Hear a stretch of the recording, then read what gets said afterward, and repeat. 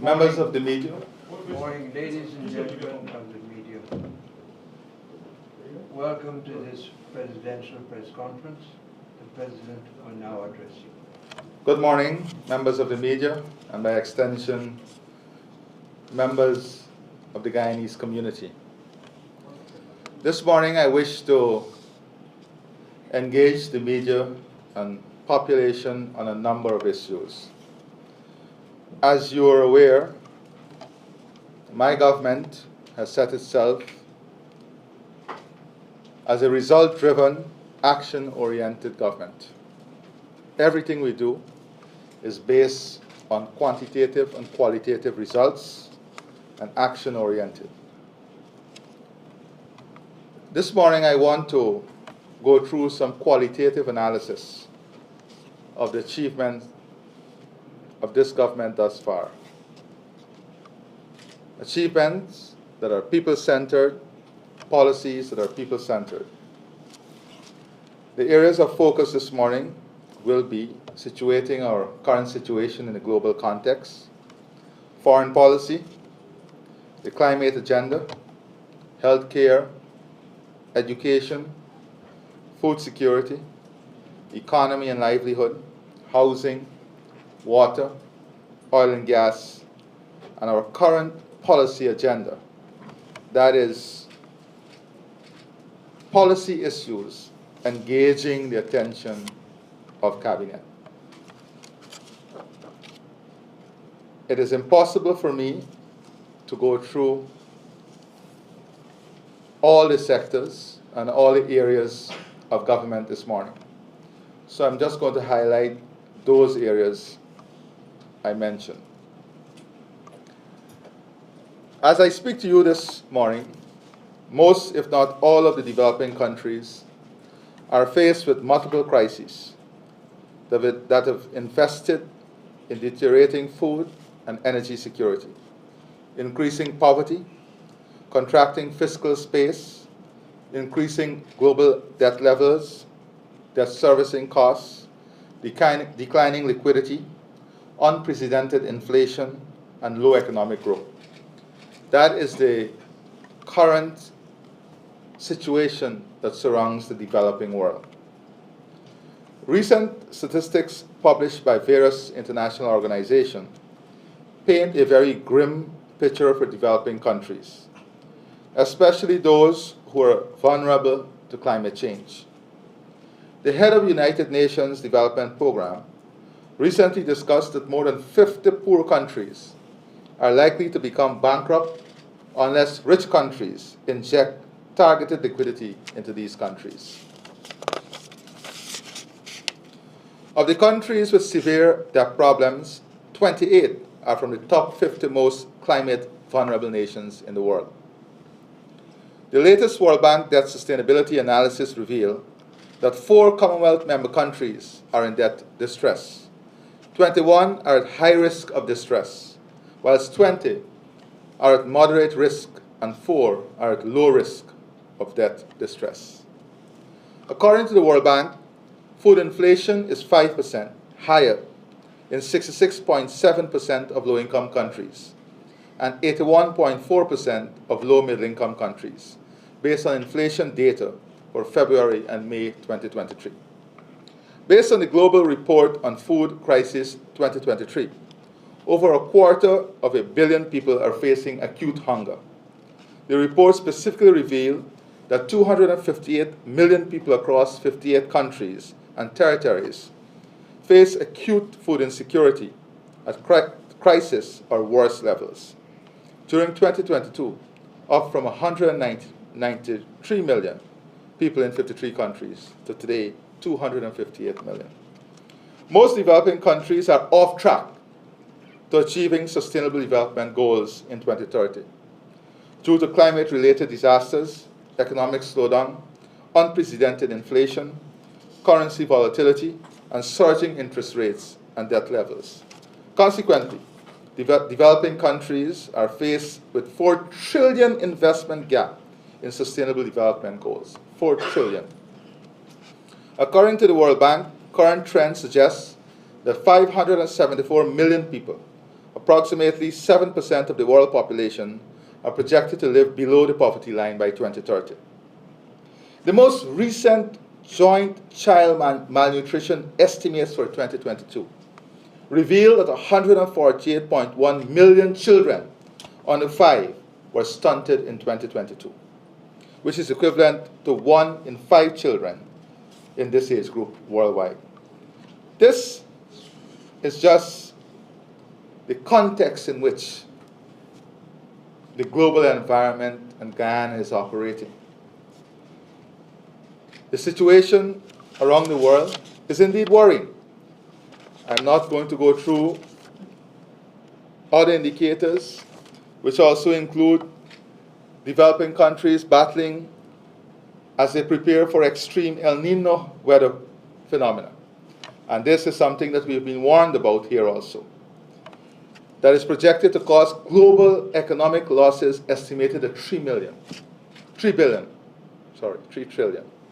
So the El Nino phenomenon, which we have been warned about, is estimated or projected to create global losses of $3 trillion. This is going to further add to the existing problems developing countries is faced with. Now, in relation to foreign policy, the government over the last 3 years has worked tirelessly to position Guyana in the international, hemispheric, and regional community as a global leader on food security, climate security, energy security, and human development. Indeed, we had to overcome the negative consequences of a group of people trying to steal an election and derail democracy, where the credibility of our country was damaged. That took time and effort. Our objective in relation to foreign policy are as follows. First, to safeguard our nation's sovereignty and territorial integrity, and in this regard, to pursue every peaceful path under the Charter of the United Nations and international law to do so. This is why we have followed the recommendation of the UN Secretary General to submit the contentious claim of our neighbor, Venezuela, to the International Court of Justice. We have pursued these paths steadily and firmly, and in the course of our responsible behavior, we have won many friends and supporters. Our relations with Suriname have improved to the point of solid economic cooperation that benefit both peoples of both countries, the people of both countries. The fact that both the government of Guyana and Suriname have chosen quiet but constant diplomacy to continuously explore ways to peacefully resolve issues should not be mistaken for neglect. Our second objective is to win and maintain respect for our nation in the global community through our unwavering support for the principles set out in the Charter of the United Nations. Those principles embrace upholding human rights and fundamental freedoms, including non-discrimination, maintaining international peace and security, developing friendly relations amongst nations, contributing to international cooperation to solve international issues, and honoring our obligation to obey the UN Charter, to cooperate with the UN Security Council, and to pursue peaceful means to resolve conflicts. Guyana's elections last month to serve for 2 years, beginning in January 1st, 2024, as a member of the United Nations Security Council, is clear evidence of our success in achieving broad respect for our nation and the influential role we can play in the world. It is notable that we were elected by 191 of the 192 nations represented in the UN General Assembly. This tells his story. 191 out of the 192 nations represented in the UN General Assembly. Then this endorsement could not be more resounding. Our third objective is to gain economic and financial benefits for the people of Guyana through our strategic engagement with members of the international community and international institutions.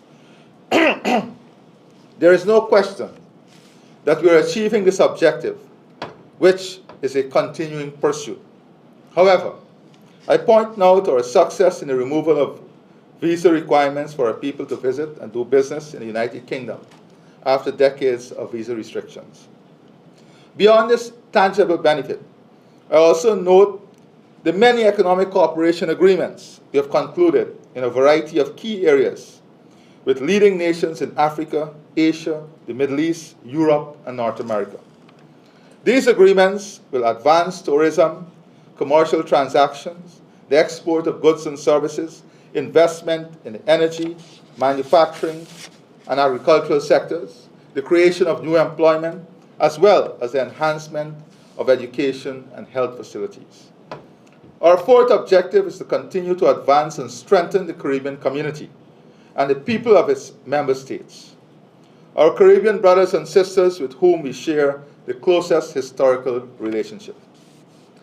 CARICOM is the most effective vehicle for the joint expression and pursuit of common Caribbean concerns in the international community.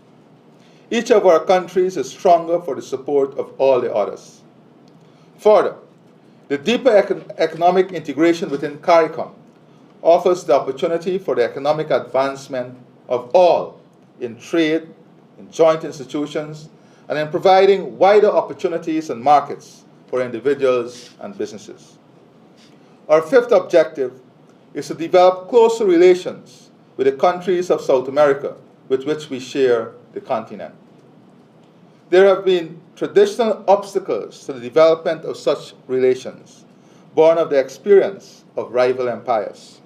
However, we envisage the time when road networks will open to all of Latin America, beginning with connections through Brazil, with which we continue to explore deeper relations. Our sixth objective is to obtain for Guyana and all Guyanese a place of respect and regard in the international community, such that we can contribute to influence global decision-making for good and better. We have set our feet firmly on that path, and the evidence of our success can be seen in an extensive list of heads of government and foreign ministers from influential nations that have come to Guyana and with whom I have had bilateral engagements. That list is indeed very extensive.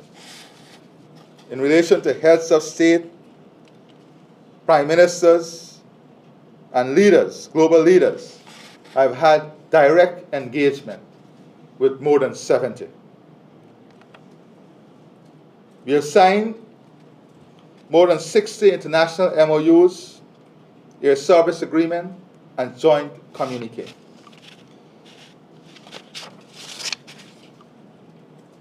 This success can also be gauged by the many heads of international institutions who have come to Guyana for official discussions, including the Secretaries General of the UN, the Commonwealth, the Organization of American States, and the Director General of the Food and Agriculture Organization. The world leaders and more leaders are coming to Guyana because they believe that we can contribute to leadership in the world and to the pursuit of a peaceful and economically stable world. My government intends to live up to their expectations by ensuring that Guyana plays a full part in fashioning an international system that is fair and just. In doing so, we will seek alliances and will embrace friends, but at all times, we will remain independent and principled, standing up for the values set out in the United Nations Charter and international law. This includes non-intervention in the internal affairs of states, respect for sovereignty and territorial integrity, and resistance to aggression. I'm conscious that those whose tendency is to criticize and condemn the government at every turn have been critical of our foreign policy, which they claim is not structured or coherent.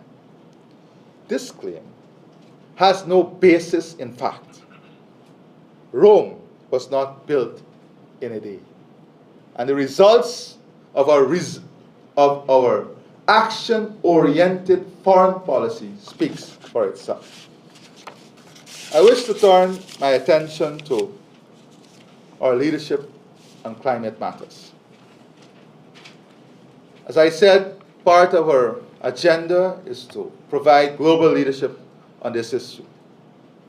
Guyana has continued to be a leader in the world on forests, with Guyana's Low Carbon Development Strategy 2030 showing real results in climate finance, with carbon credit sales for the period 2016 to 2030.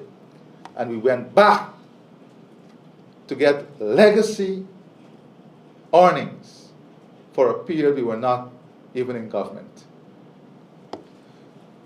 Carbon credit sales for the period 2016 to 2030, already earning Guyana $750 million US dollars.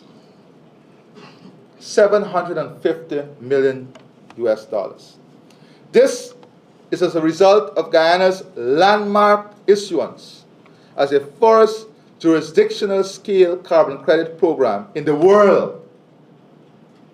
First in the world, with 33.4 million tons of carbon credits issued to Guyana. The second issue on this agenda is transforming livelihoods at village level. Investment from Guyana's climate program is not only benefiting the coastal communities, but hinterland communities as well. 15% of all proceeds from the sale of carbon credits go directly to the Amerindian villages. This year alone, 4.7 billion Guyana dollar has been transferred to 242 village accounts. And to date, more than 200 of these villages have submitted village plans with letters of participation in the program and are at various stages of implementing their projects. The third aspect of our climate agenda: creating strong environmental credentials. Guyana has maintained forest cover at over 85% and has recorded the lowest rate of deforestation since 2010, being recorded for the year 2022 with a rate of 0.036%. This is generated from independently verified remote sensing technology and ground assessment, and proves that even with Guyana's accelerated development in all corners of the country, we have not only maintained forests, but we have further strengthened our progress in this area. The fourth area in our climate and environment agenda: maintaining carbon sink status with the expanding oil and gas sector. Guyana's vast forests stores over 19.5 billion tons of carbon dioxide and is a net carbon sink. As our oil and gas industry expands, even with a significantly expanded production level with 10 FPSOs, Guyana remains a predominant net carbon sink and sequester or remove 154 million tons of carbon annually from the atmosphere. Fifth area, or a move towards a clean and renewable energy transition. Guyana has made significant strides to accelerate our energy transition to clean and renewable sources. One of the main objectives of the LCDS 2030 and our climate agenda is exactly this: to move towards cleaner energy, transition towards renewable. Guyana's energy security is boosted with the signing of the contract for the gas-to-energy project, Guyana's largest project to date, which will create 300 megawatts of new power and reduce the cost of electricity by 50%. And the utilization of solar. There's rapid implementation of renewable energy through off-grid solar system for Berbice, Linden, and Essequibo. 33 megawatts of solar power will be financed using revenue earned from the Guyana-Norway Bilateral Cooperation, which total $85 million US. The sixth area, collaborating with development partners on climate and environment. Guyana's leadership on climate and environment is also reflected in our development partnership. The entire EU program for Guyana over the next 5 years focuses on climate and environment, and has seen several programs already signed into effect, including on mangroves, community livelihoods, and forest governance. Our network with the British government has shaped a maritime economy plan, and the US has been a strong collaborator in the energy and environment sectors. Guyana's engagement within CARICOM on the regional food security agenda is also a main priority in our program of work on climate and environment. In relation to our expanded partnership with the EU, in the coming week I'll be meeting with the President of the European Union to further explore and discuss areas of joint collaboration. Another win in our foreign policy. The final area on climate and environment is providing international leadership. Climate and environment. Guyana's program on food security, energy security, and climate security will be the highlight at the upcoming Conference of Parties, COP28, of the UNFCCC in the UAE in December this year. Discussion on national priority areas are planned for the upcoming meetings of the multi-stakeholder committee of the LCDS, and we are already collaborating with regional and international partners to showcase Guyana's leadership in the areas of climate and environment and share experiences with other forested countries. I now wish to turn our attention to the healthcare sector.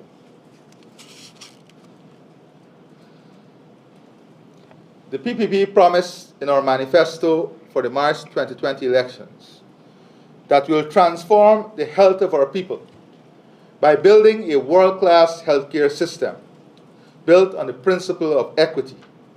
We promise that people will be able to live long, productive lives here in Guyana. Subcomponents of these promises include having disease diagnosed earlier, having access to the best treatment available in the modern world, reducing child mortality drastically to being among the lowest in CARICOM and the Americas, reducing maternal mortality to achieve safe conception, gestation, and safe delivery of babies, improving patient and family experience in the health sector. These are the subcomponents. How did we perform so far? As I speak to you, improvement in life expectancy. In spite of COVID-19, which caused a dip in life expectations in countries around the world, Guyana has maintained life expectancy at 70. Today, versus 68 in 2020. That's the first point. Our goal is to increase life expectancy to 72 by 2026 and 75 by 2030. The second issue, reduction of child mortality. Child mortality has slowly improved and is now the lowest it has ever been in our history. It is now 13 per 1,000 births versus 19 per 1,000 births in 2020 when we came into government. You don't hear these every day. You don't see the headlines reflecting these in the media. This is the reality of the Guyana you live in. This is the result of the investment the government is making. Real results, real benefit, real transformation for the people of our country. Survival of low-weight neonatals has increased. Maternal mortality has improved to its lowest ever. Maternal mortality has improved to its lowest ever. It is now 96 per 10,000 deliveries versus 170 in 2017. 96 per 10,000 deliveries versus 170 in 2017. Where is the headline for these? We love Guyana. We love development. Where are the headlines? Each of these can carry a headline by itself.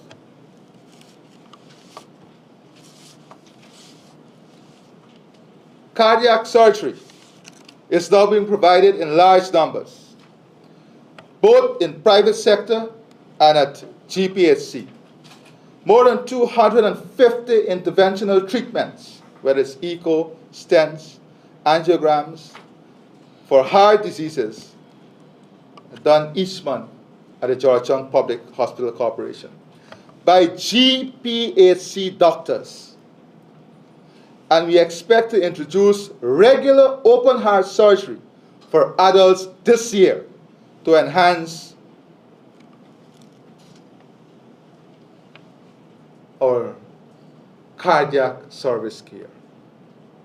This year, we intend to open up for open heart surgery at the Georgetown Hospital. Pediatric cardiac surgery is now not only established, but established as a regular program at the Georgetown Public Hospital Corporation. 12 children benefited from open heart surgery this year so far. 12. From 2024, we expect to increase to more than 40 children per year. More transplants are being done. Prior to 2020, Guyana completed between 2 and 4 kidney transplants per year. I want you to listen. Prior to 2020, Guyana completed between 2 and 4 kidney transplants per year. Now we are doing at least 1 per month.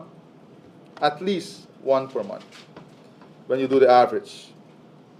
Guyana will complete its first pediatric transplant in October and its first cadaveric transplant in November. First.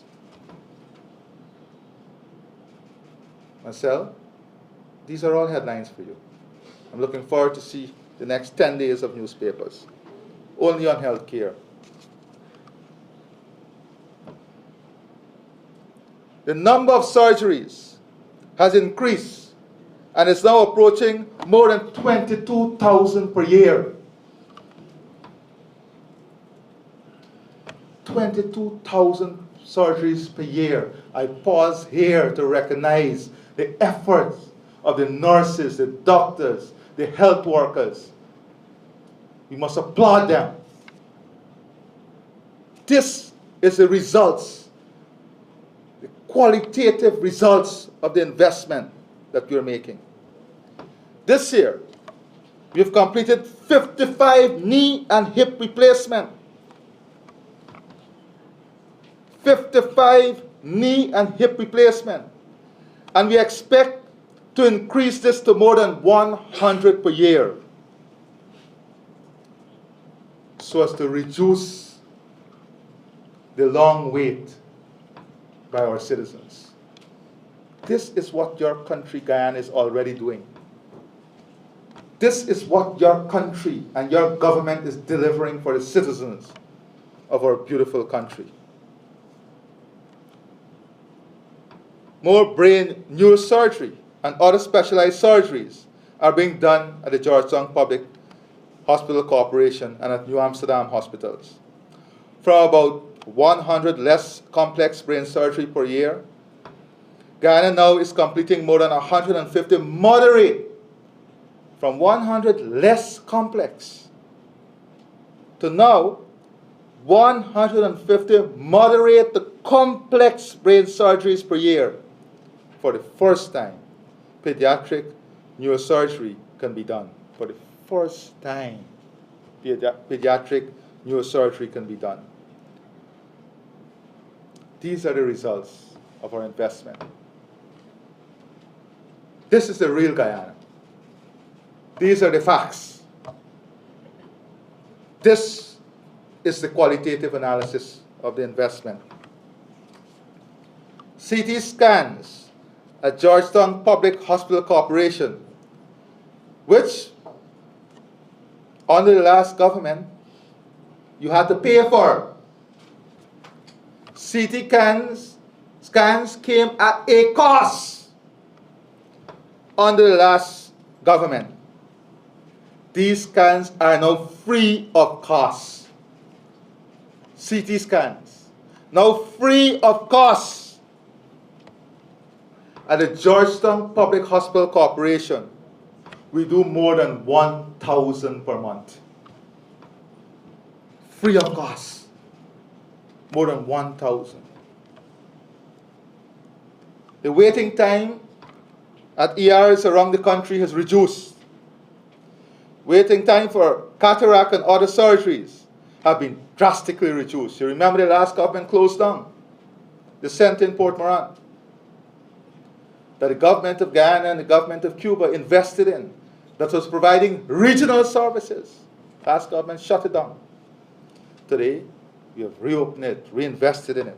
And what have we seen? The waiting time for cataract and other surgery is being drastically reduced. We are engaging the private sector to help us eliminate long waiting time for all surgeries. As we said, we're going to work with the private sector in reducing all backlogs in our healthcare system. And we're working in a collaborative way with the private sector to help us in this. Lab diagnostics has improved with a new pathology lab. Guyana is now set to eliminate 5 neglected tropical diseases by 2025. A new school health program will ensure that all school children are screened for hearing and vision and provided with glasses and hearing aids where necessary. A new disability program is ensuring that all persons in need of wheelchairs are provided with same. A new disability program is ensuring that persons with hearing impairment are improved with free hearing aids. Medicine supply without disruption is another key area of accomplishment. So medicine supply without disruption, which was around 35% in 2020, 35% availability when we came into government in 2020, is now about 85%, and we expect to reach 95 to 100% by the end of 2023. This is a result of strong governance. These are the results of an action-oriented government. Transformation of the financial investment architecture in healthcare. The annual budget for healthcare has increased from 35 billion to 85 billion, an increase of almost 150% in just 3 years. To put things into perspective, remember that in 1992, Guyana's per capita investment in health was under US $7. That is, we used to invest US $7 for every Guyanese in health. Today, our per capita investment in health is US $800. From US $7 in 1992 to US $800 today. The regional health budget has more than doubled in less than 3 years. We are also working on the transformation of the physical infrastructure in our healthcare system. That is why you're seeing health centers and health posts. Not only new health centers and health posts being constructed, but we are working on an aggressive program. We have completed a total audit of all our facilities, and we are now in a position to know exactly what is needed at which facility. We have also set ourselves a baseline in terms of level of service that every health center and health post must offer. And we're investing to ensure that every center, health post or health center across the country, at least offers that baseline level of care, which includes, of course, comfortable waiting area, providing facilities such as restroom, ensuring water and electricity, X-ray facility in a regional setting, hospitals. New hospitals are being constructed, and all existing hospitals are being rehabilitated or reconstructed in the coming years. A new specialized pediatric and maternal hospital is currently under construction. 6 new regional hospitals are under construction in Region 2, 3, 4, 5, and 6. Presently, we have a US $97 million project where designs are being completed to build and construct new regional hospitals for 4 hinterland areas in Region 1, 7, 8, and 9. The project in the rehabilitation, expansion, and upgrade of Linden Hospital is also well underway. The Bartica Hospital reconstruction will begin at the end of the year, and this project will be completed by the end of 2025. All other existing hinterland hospitals outside of Mabaruma, Port Kaituma, Madhya, Paramakatoi, Anai, Kwakwani are scheduled for major upgrades between 2024 and 2026. Oxygen plants are being set up in all hinterland hospitals to allow wall oxygen therapy for patients and remove dependency on oxygen cylinders. Plans are on the way to redevelop the Georgetown Public Hospital Corporation with a new standalone hospital, which is likely to be the biggest ever health project in CARICOM. Plans are on the way to develop the National Psychiatric Hospital, reconstruct West Demerara Regional Hospital, and upgrade Saudi, Port Morant, Maikoni, and Mabikuri hospitals. Plans are on the way to upgrade the National Ophthalmology Center and the National Chadijagan Dental Center. These are all facilities that are in the Health Master Plan for major upgrade, rehabilitation, or reconstruction. We're also working on the creation of specialized centers. We have recently completed a specialized diabetic center in Lusignan. We want to expand this to other parts of the country. We are working with Mount Sinai to create a specialized cardiac and cancer treatment centers for Guyana. Nursing schools. We have completed the construction of 2 new nursing schools with modern classrooms and dormitories. Beginning this year, the New York Nursing School in Region 6 and 2 will take in students. I think as I speak to you now, in our program to allow anyone with entry requirement who want to do nursing to have that opportunity, we have more than 1,200 Guyanese registered in our nursing program nationally. We also have to build a health center on a strong technological footing. Therefore, we're investing in telemedicine. Already 19 health posts and health centers are linked to the Georgetown Public Hospital Corporation under our telemedicine program. We're investing in new pathology equipment, and we're doing this in collaboration with Mount Sinai. Radiology and imaging technology. Already, GPHC has new X-rays and CT scanner. 14 new digital X-rays are being installed in hospitals in all 10 regions. These digital X-rays will abandon old technology for processing films. Doctor can read images anywhere in the world. And we are linking our healthcare system with health providers around the world. So we have a wider pool of specialists to help us as we develop this modern healthcare infrastructure.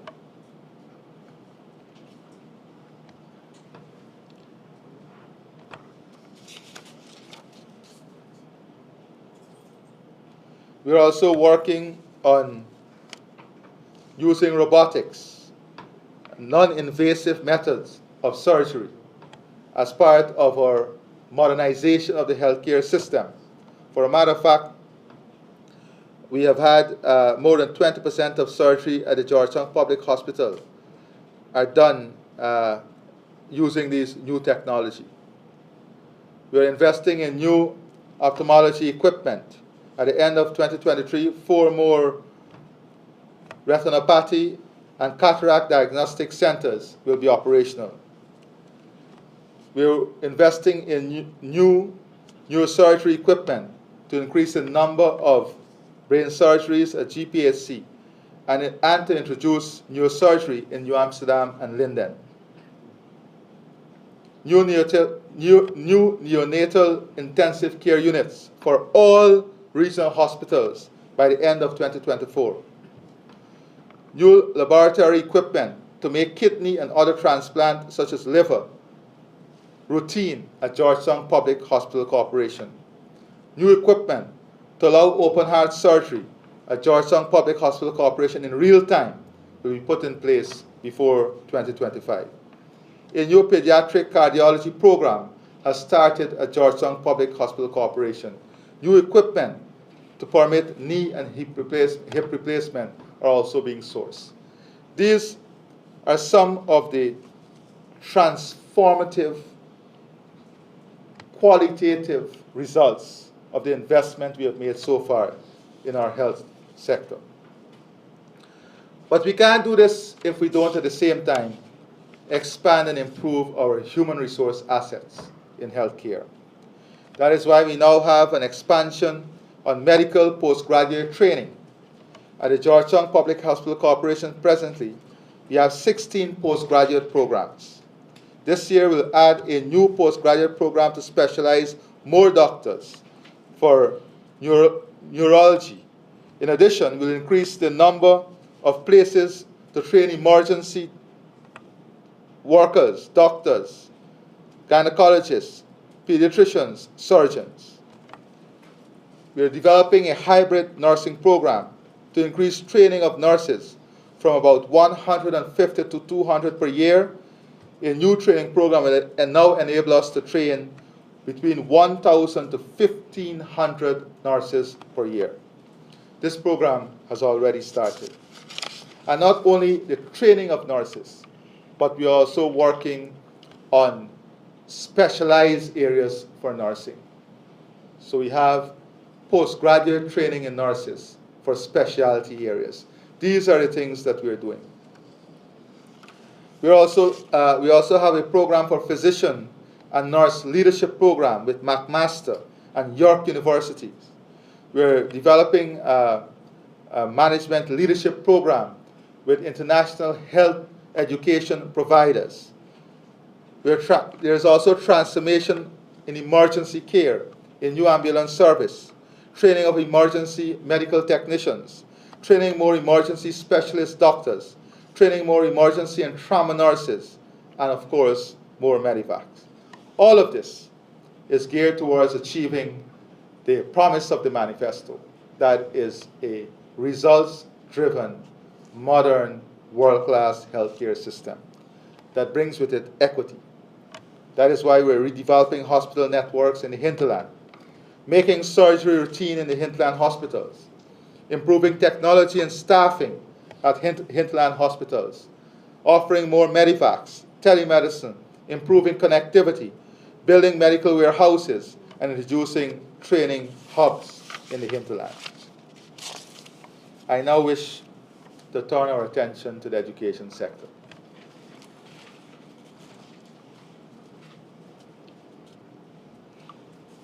And I will just give you a very, very brief highlight in relation to the education sector. We have completed a number of nursery, primary, and secondary schools, as you know, since 2020. The aim is to move towards universal secondary education, now that we have achieved universal primary education. Since we assumed office in 2020, the government has maintained 526 schools or 58% of all the schools annually. So we started a program we have done an audit here to, let me say this. At the end of last year, the government of Guyana launched an audit in health and education on all our facilities, so that the result of that audit could inform the multi-year planning, budgetary planning, and we have started to implement that program. To date, 4,737 computing devices were procured and distributed to teachers and students, and 10 smart classrooms were established at secondary schools to facilitate the integration of ICT into the teaching learning process. 10 more smart classrooms will be established at the primary level shortly. To promote e-learning for hinterland students, a total of 102 hinterland students were accommodated at the CPC Turkine campus for both face-to-face interaction and online training. As part of our efforts to enhance and expand the coverage of the Guyana Learning Channel, 91 solar systems have been installed and 1,353 lessons developed and broadcast. This is important in ensuring equity in education. A total of 4,213 teachers were trained to use the new curriculum at the primary and nursery level. By the end of this year, a total of 4,913 teachers would have completed this training to deliver the new curriculum. A 5-year strategic operational plan has been developed and costed that will inform the attention given to our students with special needs education. To date, we have expended $3 billion on textbooks. By the end of this year, all primary, secondary school students will have access to a minimum of 4 textbooks per student due to this investment in the education sector. A total of 87,634 students are benefiting from school feeding, 42,735 from juice and biscuits, 29,691 from hot meal, and 15,208 from breakfast. In the Gold Scholarship Program, we have close to 17,000 students who were granted scholarships so far. Only today, we have launched a program where 1,500 teachers will be doing a specialized course with the University of West Indies to enhance their skills in teaching, reading, and comprehension. $8.5 billion in 2023 alone was spent on the Because We Care grant. These are just a glimpse of some of the highlights, qualitative impact of the investment we have made in the education sector. Now, in terms of food security and agriculture, I can keep you here for the rest of the week to talk to you about food security and agriculture, because this is an area in which we are providing strong regional and global leadership. Today, Guyana has emerged as a leader in CARICOM, advancing the agri-food system agenda. We are now a leading voice in prioritizing food and energy security and climate mitigation and adaptation internationally. We have positioned the agriculture sector as an expanded, diversified, modern, resilient, and competitive sector. With a 150% increase in the budgetary allocation, the ministry moving $13.3 billion in 2019 to $33.2 billion in 2023. We are bridging the production gap, ramping up production, infrastructure landscape to support sustainability and resilience in agricultural and food production. We are also building our human resource and institutional capacity, access to technical and advisory services, assist with product development and marketing. Importantly, we are working on bridging the financing gap for low-cost loan programs for higher production and high yield. We are opening up new lands with approximately 260 kilometers of farm-to-market access road for production. We are resolutely working towards building resilience in our agriculture. Therefore, we have invested tremendously in a system and farm-to-market roads, from $8.4 billion in 2019 to $19.7 billion in 2023. This is the increase in investment, percent increase. We are working in revitalizing the sugar industry with a production targeted at 110,000 metric tons of rice grains from 559,789 metric tons in 2021 to 625,092 metric tons so far, 12% increase. Rice yield has increased from 5.9 metric tons per hectare in 2019 to 6.2 metric tons in 2023, a 5% growth. Rice production grew by 79%. We are projecting rice to 1 million metric ton in 2025. Rice remains Guyana's leading agri-export, accounting for approximately 60% of agriculture export. Rice exports from 2020 to 2023 are estimated at 1.7, valued at US $743 million. Agricultural diversification is also a key area for working on expanding our menu of products and produce from the traditional sector to the non-traditional sectors. To ensure that this is successful, we are also supporting the expansion of storage capacity in our country. Storage for grains, cold storage, packaging are included in the agricultural diversification and agricultural plan, creating agricultural entrepreneurs or food production entrepreneurs for more than 100 young people.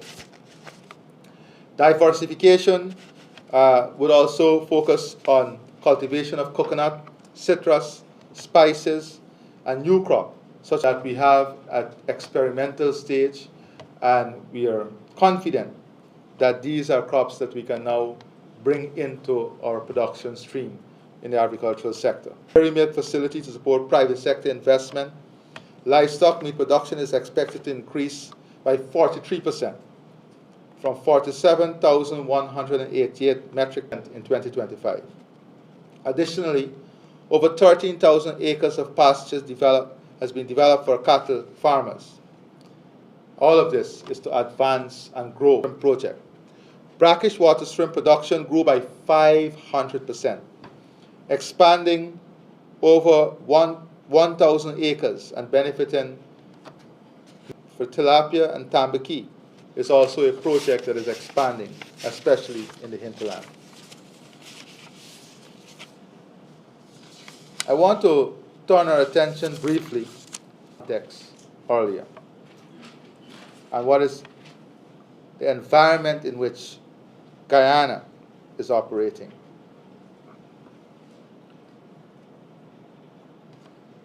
Not only inflicted a human cost, but have exposed the vulnerability of global food and energy supply, with global inflation peaking at 9% last year and is projected to remain elevated at 6.1% this year.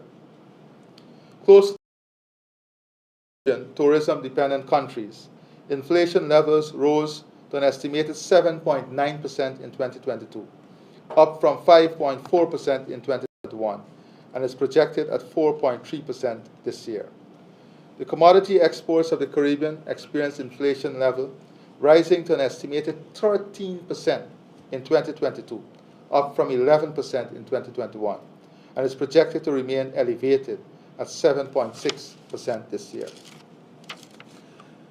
Guyana economy has almost tripled since the end of 2020, with our nominal GDP moving from 1.1 trillion in 2020 to 3.1 trillion at the end of 2022.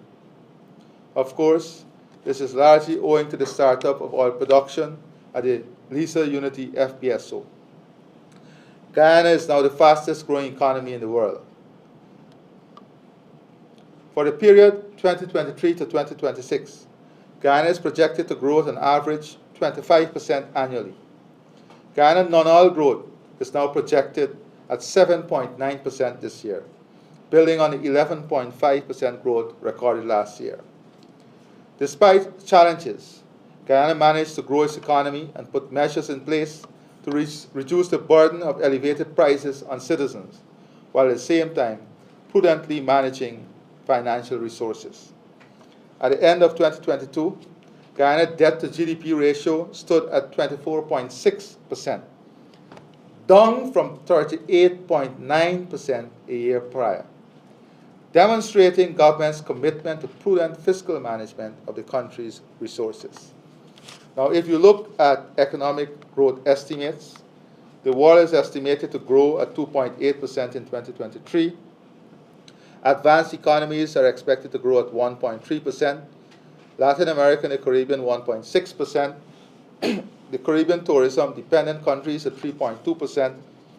Caribbean commodity exporters, 18.7%. Guyana is expected to grow at 25.1%. In terms of inflation estimate, the world estimate is at 6.1%. Latin America and the Caribbean at 11.8%. And Guyana is estimated at 3.8%.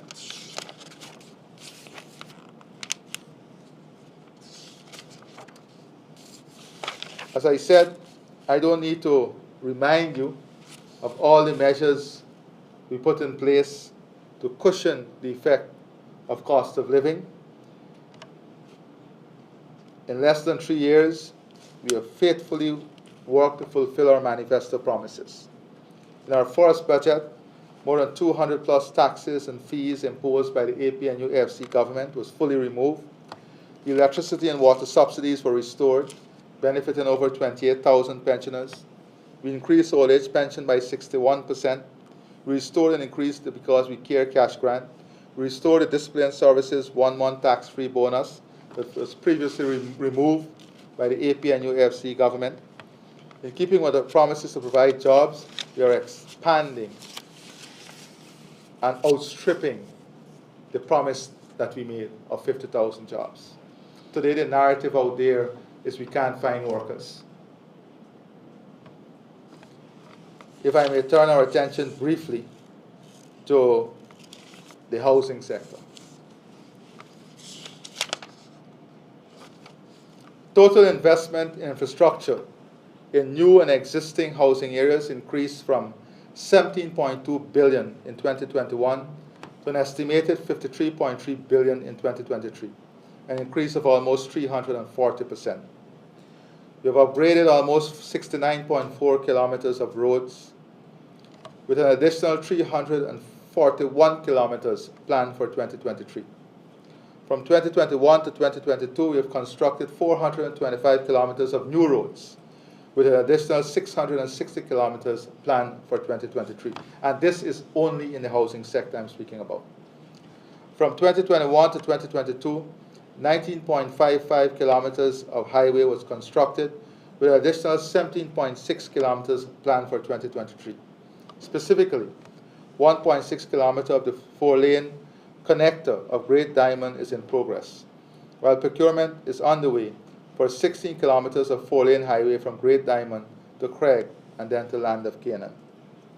We have allocated almost 23,698 house lots, that is outside of those that were allocated 2 days ago, since we came into office. For the period that we're in office, the last 3 years, the housing sector alone has supported more than 50,000 jobs.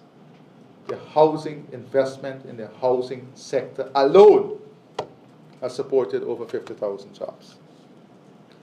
Given the average price for house lots and the actual cost of investment in infrastructure by the government, an average low-income allottee receives a 97% subsidy from the government. A low-middle income allottee is 74% subsidy from the government.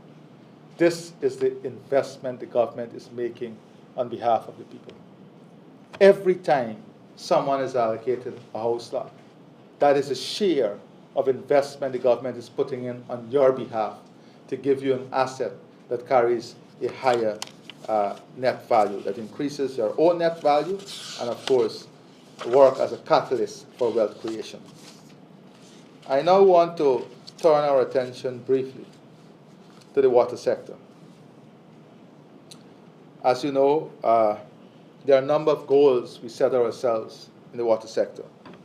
That is sustainable water management, water infrastructure, and access to a safe, reliable, and affordable supply of water, and adequate sanitation services to improve living standards.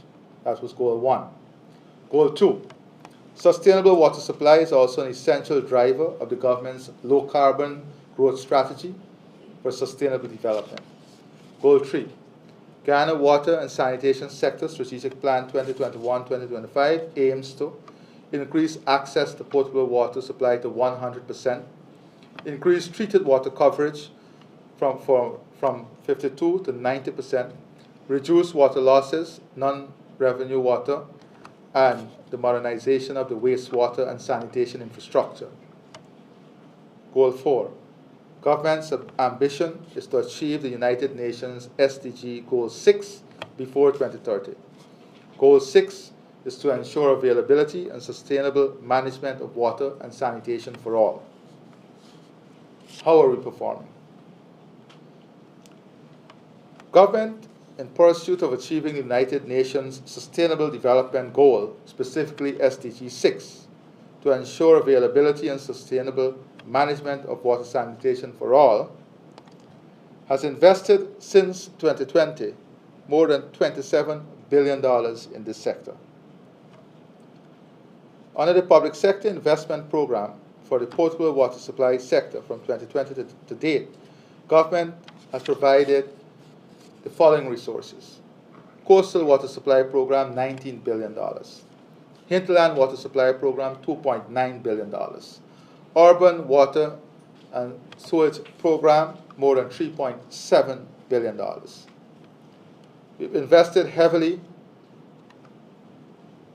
in the implementation of a US $200 million coastal water treatment program. This investment will provide improved water quality and service and level of service to 260,000 persons, or 65,000 households. This will be achieved through the following intervention. Construction of 13 new water treatment plants with production capacity of between 2 to 12 megaliters per day in Region 2, 3, 4, 5, and 6. Upgrade of 12 existing treatment plants in Region 3, 4, 5, and 6. Expansion and upgrade of transmission and distribution system within 25 water systems connected to the treatment plants, and procurement and installation of 10 small water treatment plants using inline systems. More than 30,000 residents gained access to potable water supply for the first time. These are new residents, new persons who have benefited from the investment in the water sector. To achieve the reduction in the gap in access between coastal and hinterland community, we have procured 3 new drill rigs between 2020 and 2022. Communities in all 10 administrative regions of Guyana receive improved and increased access to safe water supply through the installation of new mains, upgrade of aged and existing infrastructure, and drilling of more than 30 new wells, which now brings the total number of public wells to more than 300 nationwide. Government is committed to drill more than 30 new hinterland wells, along with the installation of an appropriate number of PV systems.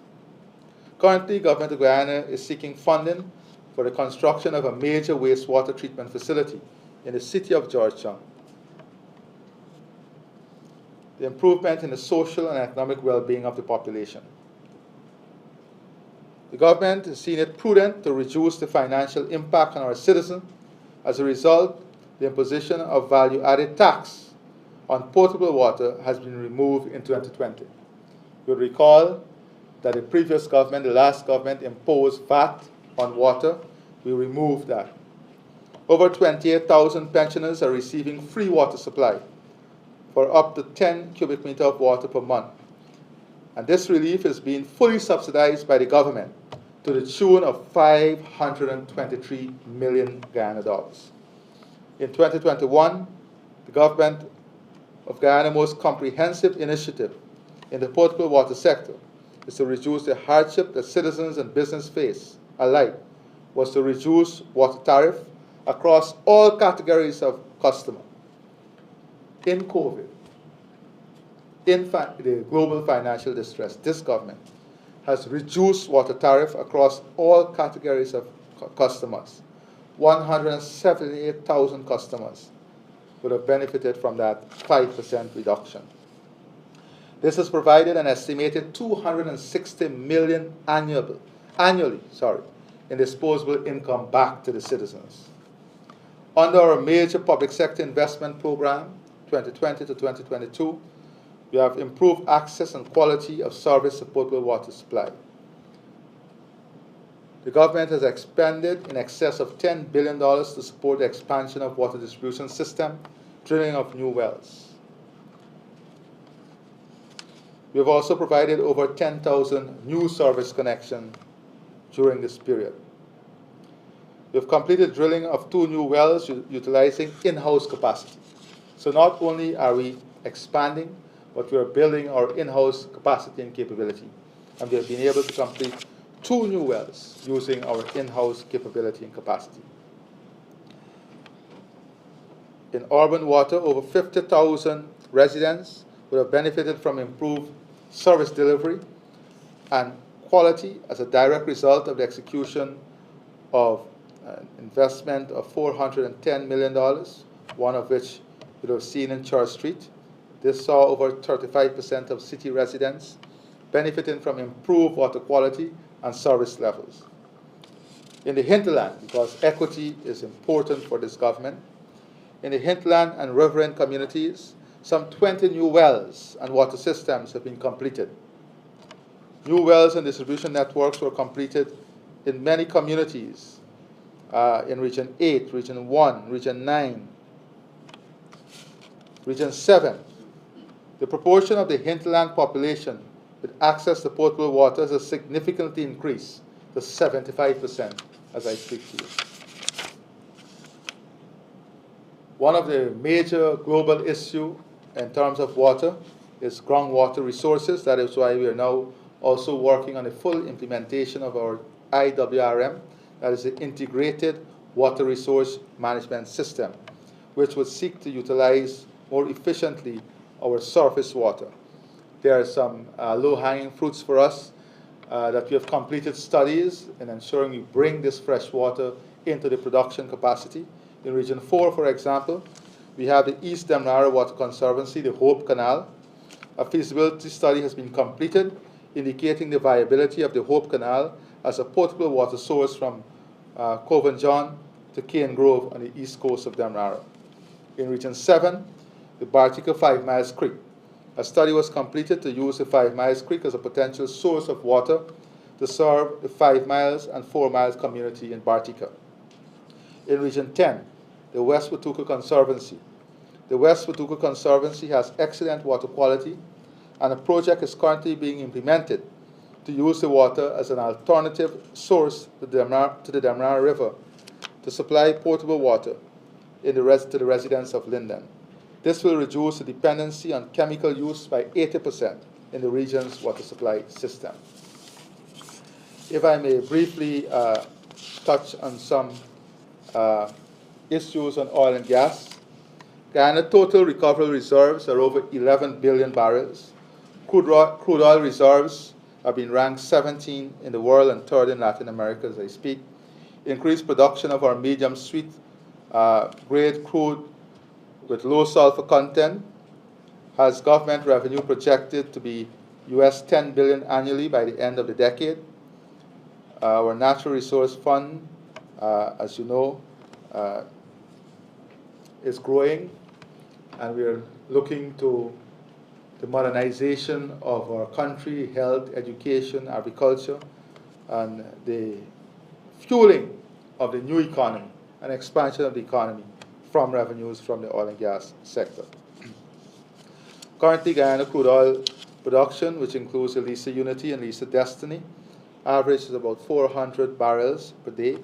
Our oil projection, if goals are met, production from Stabroek would average 1.2 million barrels per day by the end of 2027.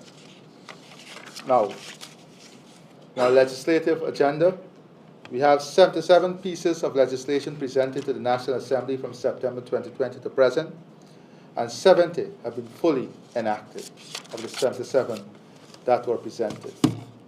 Now, I just want to highlight to you some areas of policy that is actively under consideration by the Cabinet.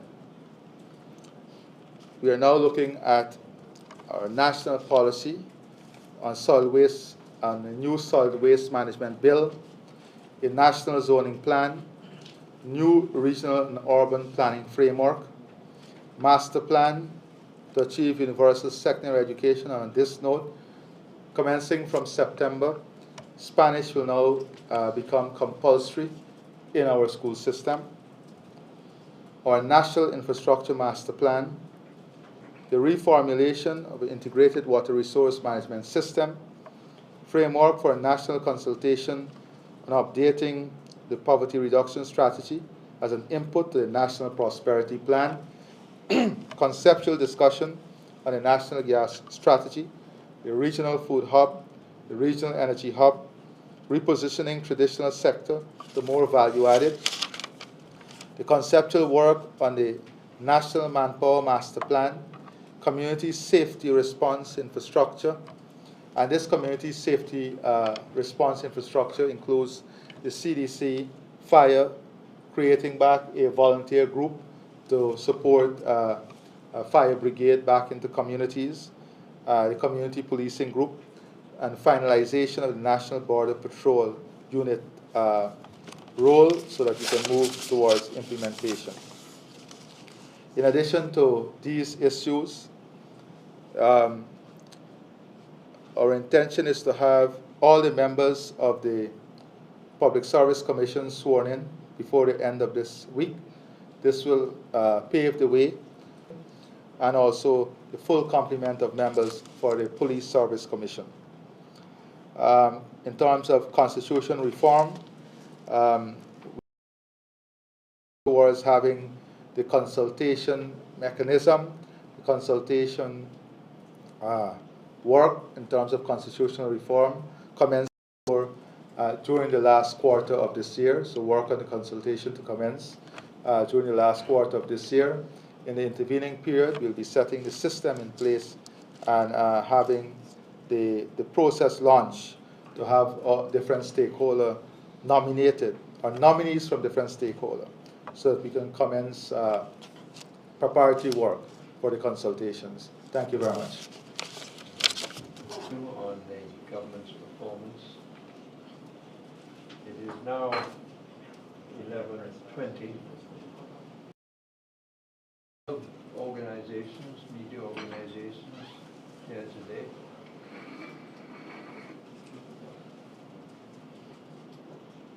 It moves on. We want each one of you to get an opportunity to ask at least one question.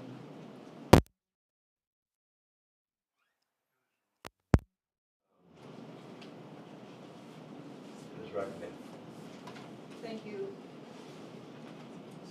Thank you. Vishani from the newsroom. Mr. President, my first question to you is in relation to former Minister Nigel Darnwall. With his resignation, can you say who, perhaps, if anyone, he as a member of Parliament? In relation to that question, the process, right now I'm looking at different aspects of government, as you'll see in my presentation.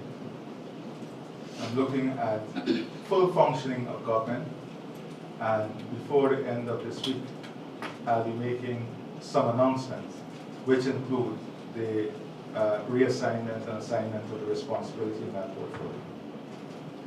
Staff News.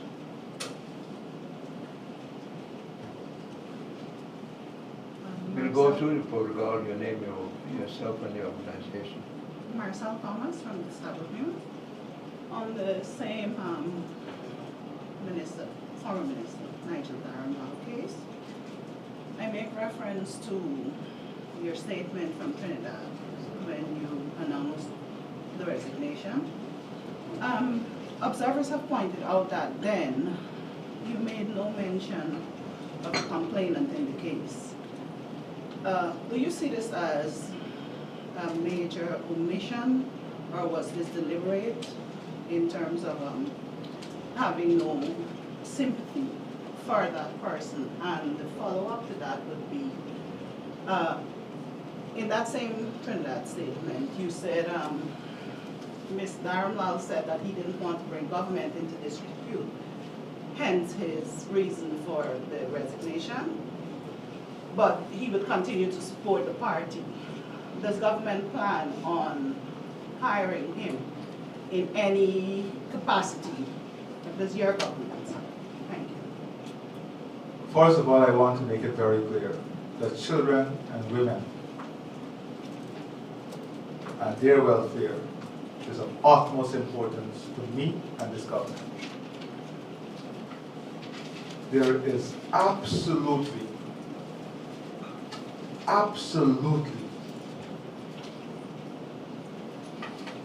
no time in which this government will put the welfare of women and children on second born or third born.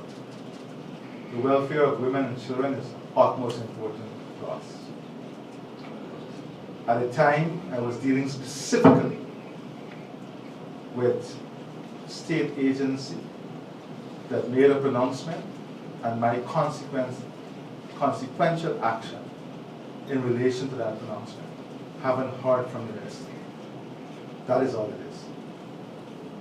I have complete respect and regard for children and women. They are at the top of my priority in this government priority. The other part of the question, the reason that he employed.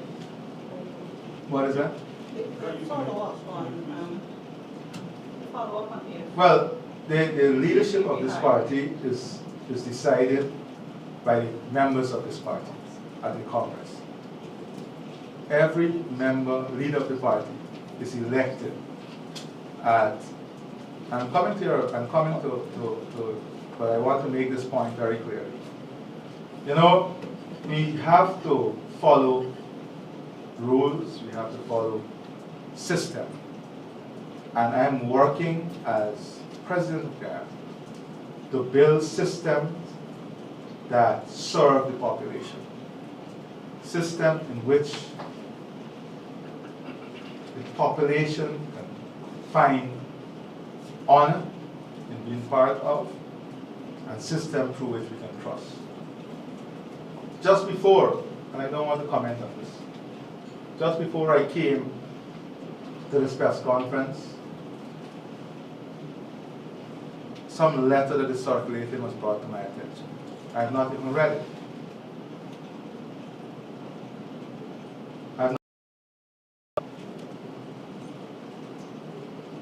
But I am saying that in the course of natural justice, the justice system must work. That supports natural justice must be allowed to work. And that is what the president did. Whether the minister who is a citizen would have any work in government is not something I've considered or he has requested at this moment. Thank you. Radavir Luke Caribbean. Sir, the Madhya Commission of Inquiry, I know you'd identify Major General retired Joe Singh. Have you identified the other people who would be sitting on that commission? And in terms of the terms of reference, I know a couple of weeks ago it was still to be drawn up, Could you say at this time if it has been, or elaborate on what those terms would be? On the consultative process for the constitutional reform, is there a time frame that your government will be working with? And on the backdrop of the COI for the Elections Commission and the fact that we had local government elections just recently, are you satisfied with the Guyana Elections Commission performance?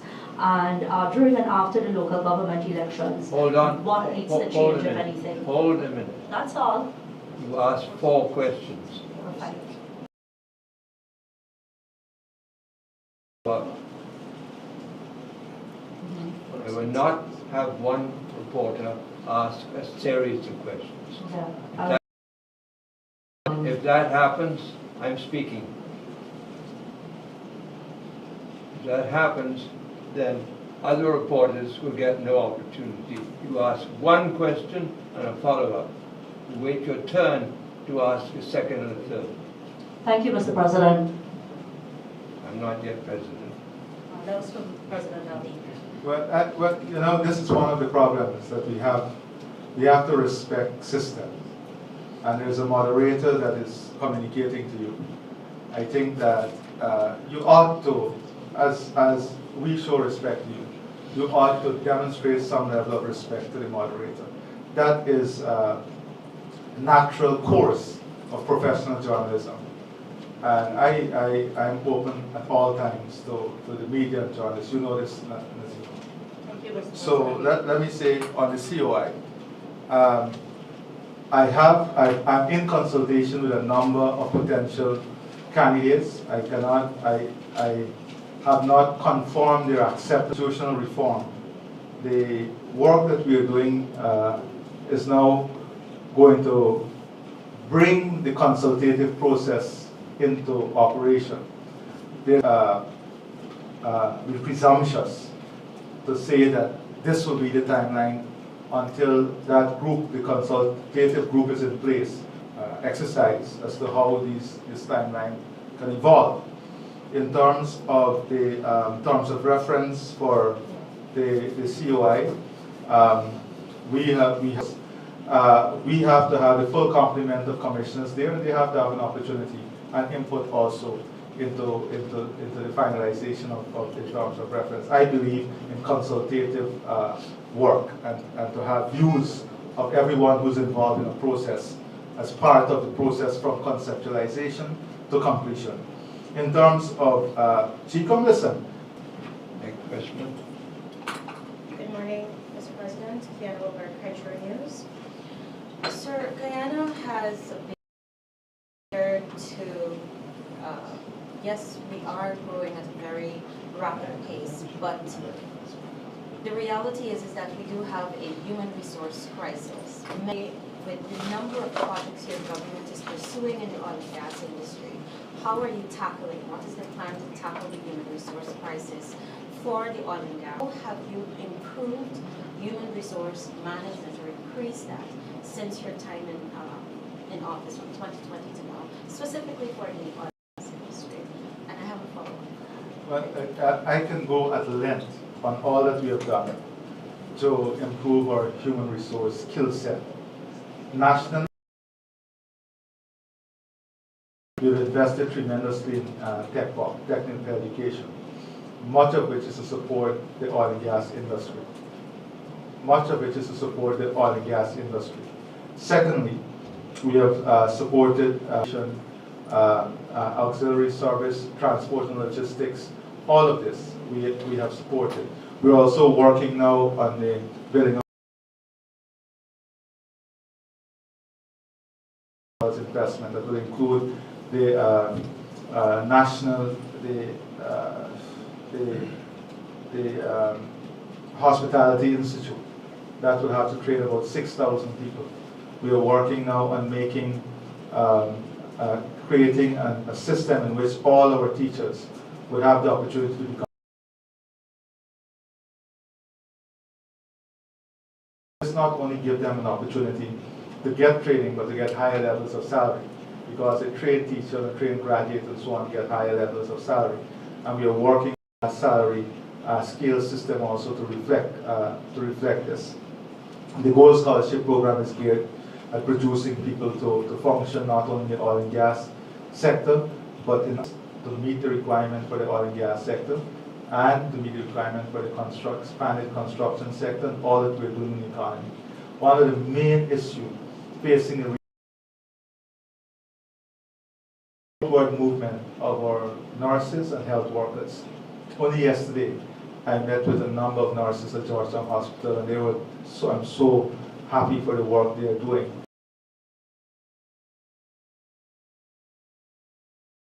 At Georgetown Public Hospital, they now have hundreds of nurses short of their full complement. So that is why we're moving massively on this training program for nurses and bringing more nurses in the system, because there's shortage in Canada, UK, Europe, the US. So the whole world now is on an active drive of recruiting nurses all over. So we have to find the immediate measure we need. But the immediate term, for example, for nurses, is to have nurses come into the system from external sources. We're in discussion now, for example, with Cuba. Up to this morning, I had a long discussion with the ambassador to see if we can get Cuban nurses to come into the system now in the immediate period to help to fill that gap because of the tremendous shortage that we have. The same thing for construction workers and labor. We have these challenges. So it is creating the training opportunity, and that is what we're investing in. Secondly is to create the employment opportunity, which is being created. And important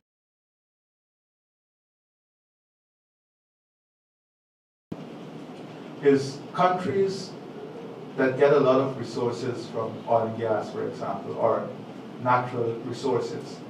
They have to invest and diversify the economy, and there is where most of the opportunity comes. From the revenue, using that revenue to diversify the economy, opportunity, giving more persons opportunity to become entrepreneurs, opening up new lands, greater access to housing, eventually faster access to capital. Already seeing that interest rates are coming down, more people having access to resources, creating new business opportunities, investing in value-added agro-processing, making tourism a major part of the economic diversification and the growth of the country, working on expanded services that are export-oriented. So we want to build the healthcare industry, the education sector, to an extent at which we can now offer global service through these sectors, investing in technology, robotics, creating a modern platform in which the country operates so that we can have the new type of tech jobs coming to Ghana, whether it's data field, data centers. And these are the things that we're working on, the role of robotics, the stem cell technology, research and development. We are pushing this economy in a new direction, modern, fast-paced, a different type of human resource base, highly skilled human resource asset, and that is what we're investing in also. Thank you. Before Kai, who could turn down that air conditioner, I'm seeing a lot of persons hugging and feeling very cold, including me. So if there is a technician who can turn it down a little bit, it would be very good. Kaito News, proceed. Thank you. Based on your response, sir, what I was trying to get is we've now moved from 10 to 50 and we're working to increase that by No, you're asking a different question. That's not a question you asked. You asked a macro question, which I am. A legislative, regulatory, enforcement perspective. In that regard, what we have seen in the last 3 years is a development of tremendous asset in terms of technical, in terms of academics. So you have a number of Guyanese graduating now in master's degree in oil and gas management, in legal areas for oil and gas management, in regulation. So I would say that you have a few 100% increase in the skill available to us in the last 3 years. Now that available skill does not come with the experience in working in the sector. So yes, we are building up the capacity to enter the sector. And we're seeing more of these young people being part of the management, whether it's in the unit that's being set up at GRA or at the Ministry of Natural Resources. We are now working on bringing together a whole regulations. We have to look at the national natural gas plan, the gas plan, and that itself will require maybe hundreds of technically competent people. So the talent that is coming through, people who are trained and coming back, that experience is infused in them, so they'll have the technical skill that comes from academics and the experience happen overnight. This transition will take a number of years. It will take a number of years until we have the full capacity and capability. But what we have had, because of our bilateral collaboration, is tremendous support from places like Qatar, Ghana, India. They're willing to send a full slew of human resource capacity and capability to work with our local asset to bring them up to speed to the management of this sector. Next. Good morning. Good morning, Mr. President. Svetlana Marshall from News Source. I have a substantive question. So my follow-up is, could you say if the government is prepared to heed to calls from civil society for there to be an independent investigation in the handling of the case involving the former minister from the time the allegation was reported right up to the advice given to the given by the DPP, sorry. And first of all, I think it's insulting to say that our system is not independent. In every country there is a system, starting with the Child Care Protection Agency, the police, the DPP. These are all independent agencies. These are all independent agencies that are working not only in Nigel Darnell cases were made against former ministers of other government. I never heard that question from you then. Maybe you missed it. I never heard it from you. Those are examples. But we have to allow the systems in the country to work. The president did not intervene in the investigation. The president did not do the investigation. These are independent agencies set up in accordance with the constitution and rule of law of the country. And as president, the second issue is, now I promise, as you know, that I will have extensive consultation with teachers across the country. You see, I believe in widening I love to meet people. I love people.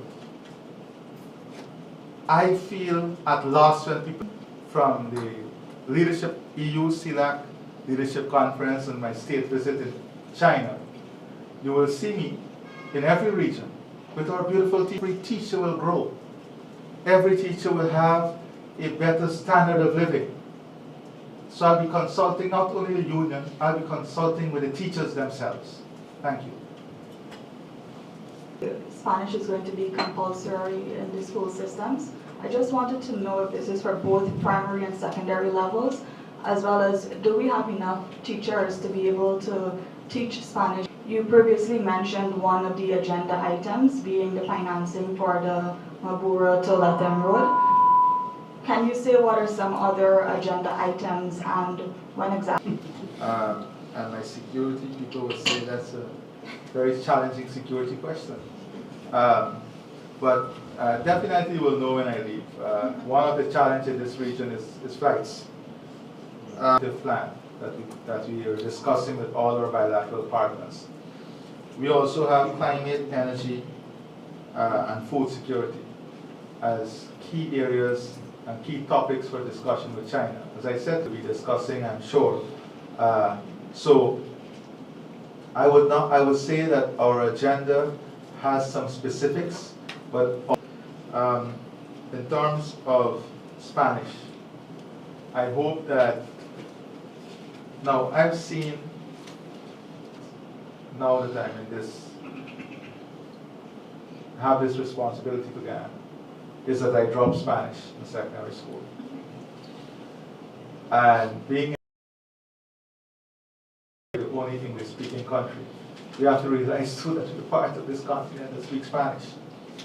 And I believe we're going to do the future young people of our country an injustice if we don't point them into this direction. To land yourself international jobs, if we want to say that we're developing a highly skilled human resource base, then this becomes necessary. And I'm hoping that the private sector will also move towards having their children trained see whether we can launch an online platform for any Guyanese who want to learn Spanish to go on that platform and learn Spanish. This, if you go on Regent Street today, you will see that in many stores they actually have someone who speaks Spanish employed. It will come upon us if we don't get ahead of the curve and get it done.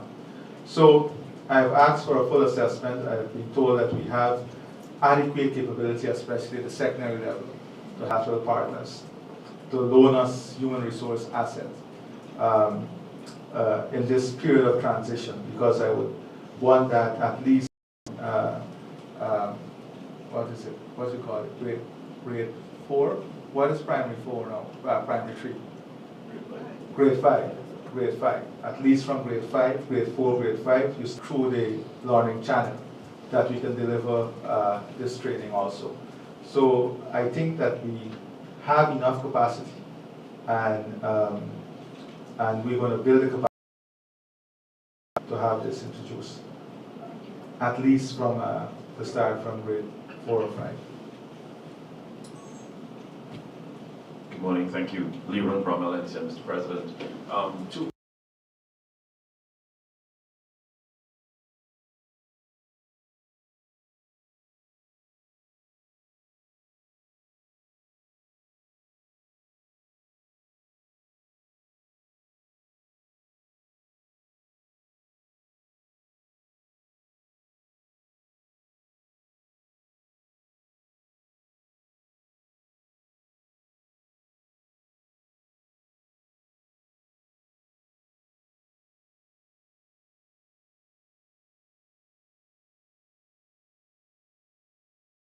infrastructure development, and if so, what system is there? And if I also take you on the climate front, neighboring Brazil has an issue with deforestation, and with us leading with the carbon credits and managing our forests, has there been a discussion at your level, President to President, or has Brazil asked for our intervention to help them manage their forests? Or are we considering as well selling our expertise in this regard? So first I want to start with the second question on Brazil.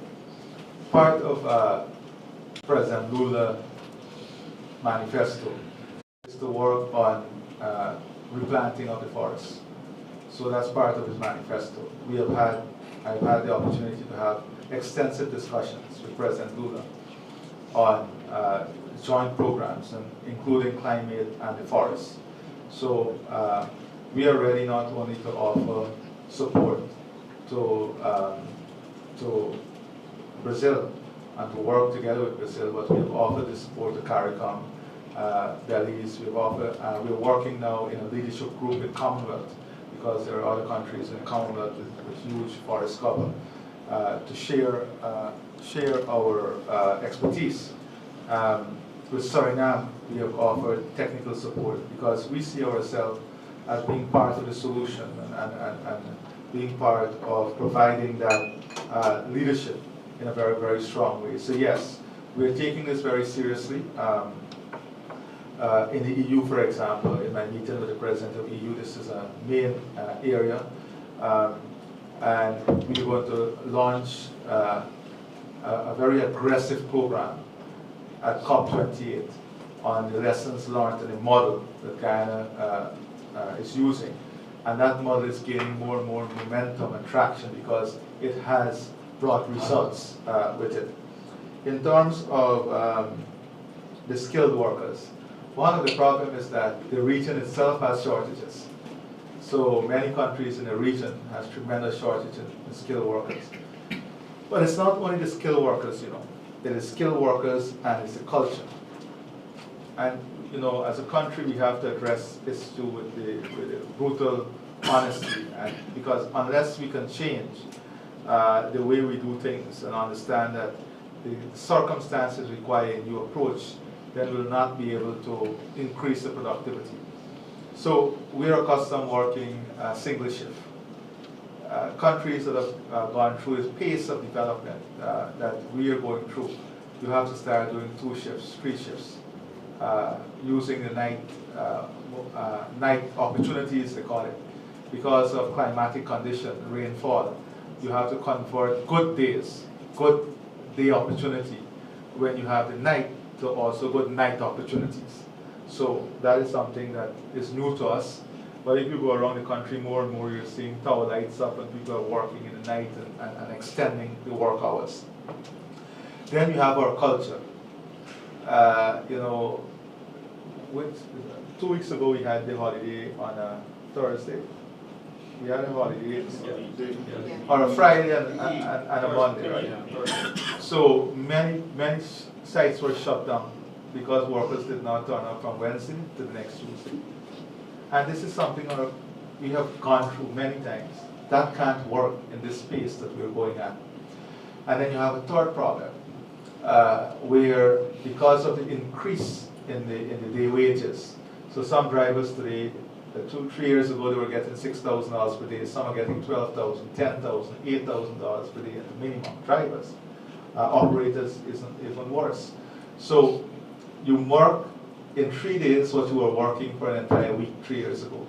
So some people are not seeing as this an opportunity to capitalize on the opportunity. So they work 3 days, they're comfortable with that revenue from 3 days, and you rest for 4 days. So the productivity is affected and man-hour is affected. So that's another thing that we have to speak about. I mean, the private sector needs to speak up about it, not only when they meet me, but they also have to speak up about it, because this is a situation that we're faced with, a challenge that we're faced with. And what we have seen recently is a number of our skilled workers who migrated, especially to CARICOM.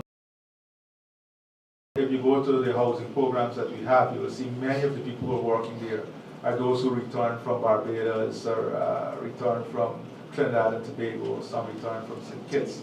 So it's an DPI. As it relates to El Nino, would you be able to say, Mr. President, whether any assessments have been carried out to ascertain to what extent Guyana might be hit, especially in the agricultural sector, and what systems are being put in place not only to mitigate those losses, but to prepare persons for? So one of the things that we have to do is what we call integrated water resource management. So water resource management becomes very important in situations like this. But it's a very thin line between keeping the aquifer at optimum level, keeping the storage facility at optimum level, and having a intensity of rainfall is so high that we have seen that being at optimum level creates other problems for flooding. So there is an assessment that is being completed now as to what level of storage we need to keep and how we need to manage that storage moving forward in preparation.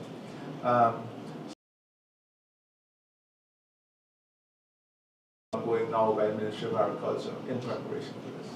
DPI, do you have a follow-up? No. Next question. Shamar Musa from the Guyana Chronicle.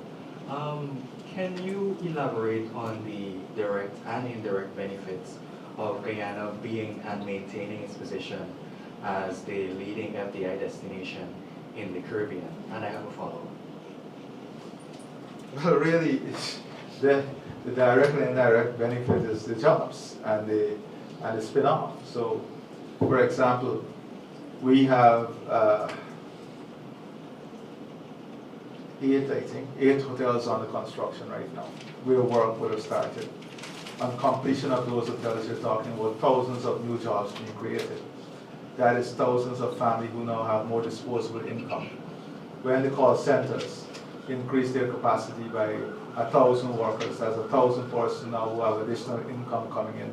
Additional income means more family wealth, more individual wealth, more community wealth, more national wealth, more spending in the economy. You have more spending in the economy, you have more demand for service. More demand for service increases supply. Supply of services increases revenue. Increased revenue triggers spending. So it's a cycle. So FDI is an important indicator also in the confidence that investors have in the country. So it is not only we are the leading destination for FDI, it tells a lot about the confidence in which the sophisticated and international investor, the confidence that they have in the country, the leadership, the direction in which the country is going. So that is also a major component. The third thing is social, economic, political stability and security. Investors look at these things. So the fact that investors are streaming in and there is greater level of interest in Guyana. So I think your phone is too close to it. Yeah. Speak to, yeah, I have technician skills too, you know. So speak to the fact that that level of awareness and confidence of Guyana is there. And I will tell you something, every single time I travel now, and I run very tight schedule. I don't use an additional hour in any country. But we have to dedicate time on every travel, whether it's in the night, whether it's in the evening, to meet investors. There's always multiple requests from different private sector organizations, governments. Right now, we are trying to schedule and reschedule a state visit to the DR private sector, and the president is awaiting. You know, hundreds of private sector leaders came to Guyana. They have established relationships, and they want us to go. Hundreds of speaking engagements international at the World Economic Forum. Every single major investment forum, I have been invited to give a keynote address or to lead delegation. I have not been able to attend 10% of it. That is because of the interest, and you're seeing this every time you travel, the request that is there. On our agenda here locally, the requests for meetings and so on. So the FDI is also an indication of confidence in the economy. You follow up? Yeah, my follow-up. With increased FDI and Also, Keep your phone well away from you. and also public and private. you see, you have a double jeopardy. You have your laptop and your phone. And I don't know if you have metal in your fingers, but go on. Put a figure on, let's say, the number of jobs that have been created through these type of. We can easily put, and that is being calculated, but I can give you estimates, like I give you for the building sector, the construction sector for housing alone, right?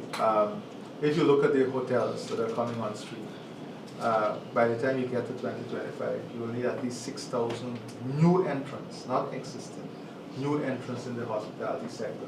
You need, maybe I would say, immediately, maybe 2,000 health workers in different fields. And that is what the training is geared towards.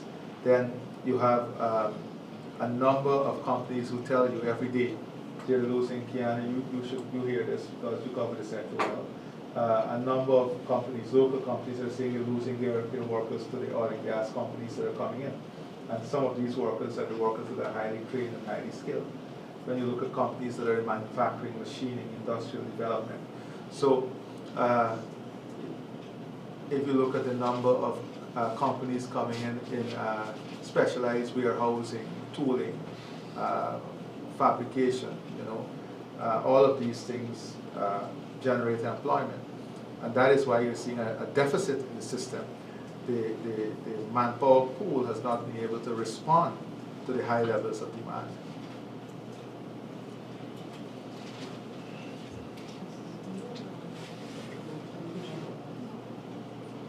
you, Mr. President. Kim King, Oil Now. I would like to ask a question. Oil now. You see, Nazima had gone past your hour already.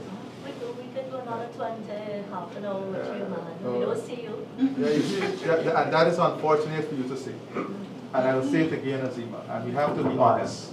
It's unfortunate for the media to say they don't see me. Every single opportunity I have an engagement and the media comes to me, I speak to the media. I spend a lot of time with the media. No, but it's, Please you do don't not see, interrupt the it's the president when he availability speaks. of the Have some president. manners.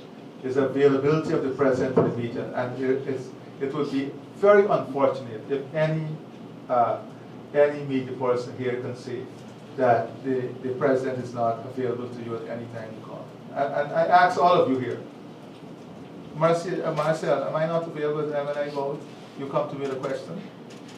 I know I can say for me. Anytime. Look, young man from Stafford who was there. You come to me all the time. Any one of you, newsroom, anytime you guys are out there and you come to me. So, you know, you have to understand that societies and environment evolve. You know, you ever see in the developed world how questions are shot to the press, from the press, leaders shoots through. Whichever question he hears, he stops and addresses that question and moves on. Now I want to say that we are at a stage in the development of our country where every second is important for me. I'm telling you. Just as I'm saying a new work culture has to be developed by our workers out there, I had to adjust to a new work culture. A work culture that requires constant working, reading, operating with more sophisticated players from the business community. You have to be on top of your game. It doesn't happen by guesswork. It happens by spending time behind the work. And we all have to come to that realization. So if you tantalize the president, you're going to be here for longer. Thank you, Mr. President.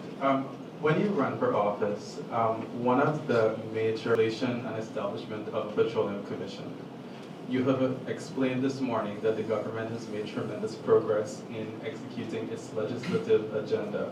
So what would you say, Mr. President, are the humbugs that have, or whatever the considerations are, that have made the government maybe slow to deliver on the specific commitment of the Petroleum Commission? And I'll have a follow-up. Well, I wouldn't say there are humbugs. There is complexity of what is needed. And the petroleum bill, you know, is a very outdated. The new bill has to be very comprehensive. It has to take a lot of new circumstances into consideration. It's very important that every stakeholder and every view is taken on board to itself. And I'm very sure and very confident that that process is ongoing at a rapid pace now, and we're committed to, and you will have that bill. Okay, and my follow-up would be, do you believe that it's important in the early years of the oil sector for you, the government, as in the political leaders, to have a strong arm beyond a policy-making level in the management of the oil sector? That's a very dicey situation. I don't believe that the government should have a strong arm in anything. Let me explain to you. The government has taken a deliberate step. And you mentioned when we campaigned that we want high levels of transparency and accountability. That is why we've taken an arm's length approach in terms of many aspects, whether it's the sovereign wealth fund and different aspects of the industry itself. In many of the analysis, we saw international consultants to come in to advise us, people who went through this, people who have the experience. So I don't see the government as taking a strong arm, and even in our normal course of business, I see government as a facilitator of growth and development. Government, you know, and that comes to ideological positioning. Government should not be in the business of business. Government should be in the business of facilitating business, ensuring that your policies, your incentives, your systems are efficiently managed and help to create opportunities for businesses to grow and businesses to be established. So that I believe is the Next question. Amanda Marshall from MTV News Update. Mr. President, just a few weeks ago, you said that diplomatic missions have to be filled to accommodate bilateral relations with nations. Posts are not filled as yet, and I'm working to have these posts filled very, very, very soon. There are some very key posts. It's not only about ambassadors. This is about building teams.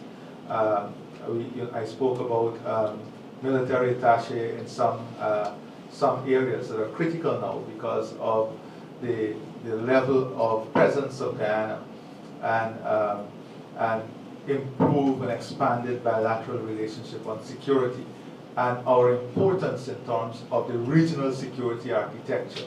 So that is why you will see even the structure in some of these missions reflecting the new approach. We'll have to look at a commercial arm because of the level of, we just spoke about increased FDIs, because of the structure of the relationship. So foreign policy is also a function of the growth and development of the country where we're going. And you have the institutional mechanism has to be there to support that. Did you have a follow-up? Over there.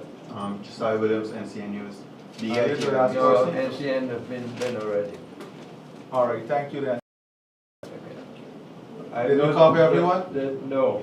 The two organizations here who have not asked questions, do you want to ask questions? Fine. Then Thank you very much. Thank you for your time. all for the patience you've shown.